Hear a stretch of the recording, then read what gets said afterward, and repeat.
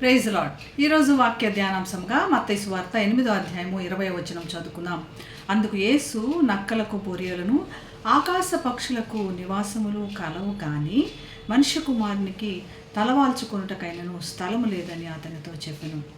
దేవుని ప్రేమ ఈ వాక్యము చాలా స్పష్టంగా తెలియపరచబడుతుంది.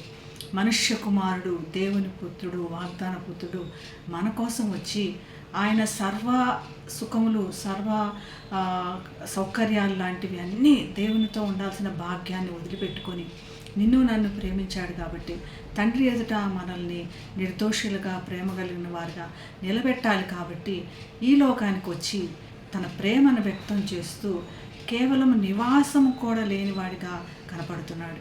ఆకాశ పక్షులను మరి చూడండి, ఆ విత్తవో కోయవో పోషిస్తున్న దేవుడు వాటికి కూడా నివాసములు ఏర్పరిచాడు. నక్కలకు కూడా మరి ఇటు అటు సంచారం చేస్తున్న నక్కలకు కూడా, అడవి జంతువులకు కూడా వాటికి నివాస స్థలం ఉంది. కానీ దేవుడి పుత్రుడు లేదా మనుష్య కుమారునికి నివాసం లేదు. క్రైస్తవునిగా మారాలి లేదా క్రైస్తవ జీవితంగా మారాలనుకుంటున్నాను నీవు లేదా శాస్త్రులు లాంటి వాళ్ళకి వచ్చిన వాళ్ళకి యేసు ప్రభు చాలా స్పష్టంగా తెలియపరుస్తున్నాడు. నీకు ఫేమ్ రాదు, ధనం రాదు, లేదా సౌకర్యాలు ఏమి రావు. ఈ యేసు ప్రభుని వెంబడించడం వల్ల నీకు ఇటువంటివేమీ దొరకవు. శాస్త్రులు, పరిసయ్యులు లాంటి మతంలో చాలా పెద్దగా ఉన్నవాళ్ళు అన్ని సౌకర్యాలతో చాలా సమృద్ధిగా, సౌఖ్యంగా ఉన్నారు. మీకు ఇక్కడ యేసు దగ్గర ఇవేమీ దొరకవు. ఆయన కేవలం పరలోక రాజ్యానికి మాత్రమే నేను సిద్ధం చేస్తున్నాడు అన్నది ఈ వాక్యంలో తెలియపరచబడుతుంది.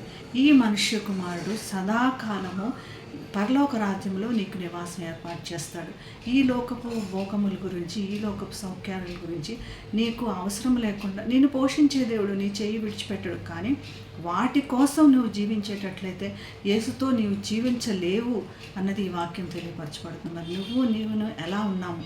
క్రైస్తవులుగా ఉంటున్న మనము మరి యేసుతో నడుస్తున్నామా, ఫేము, భోగములు, సౌకర్యాల కోసమై నడుస్తున్నామా?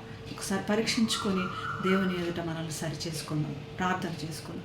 మహాగణుడైన యేసయ్య, మనుష్య కుమారుడుగా వచ్చి మా కోసమై ప్రభా నీవు చేస్తున్న గొప్ప కార్యం బట్టి, చేసిన గొప్ప కార్యం బట్టి నీకు వందనాలు తండ్రి.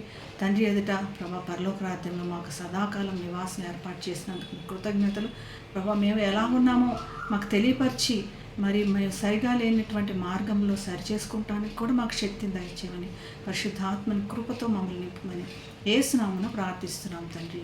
ఆమేన్. Have a blessed day. God bless you.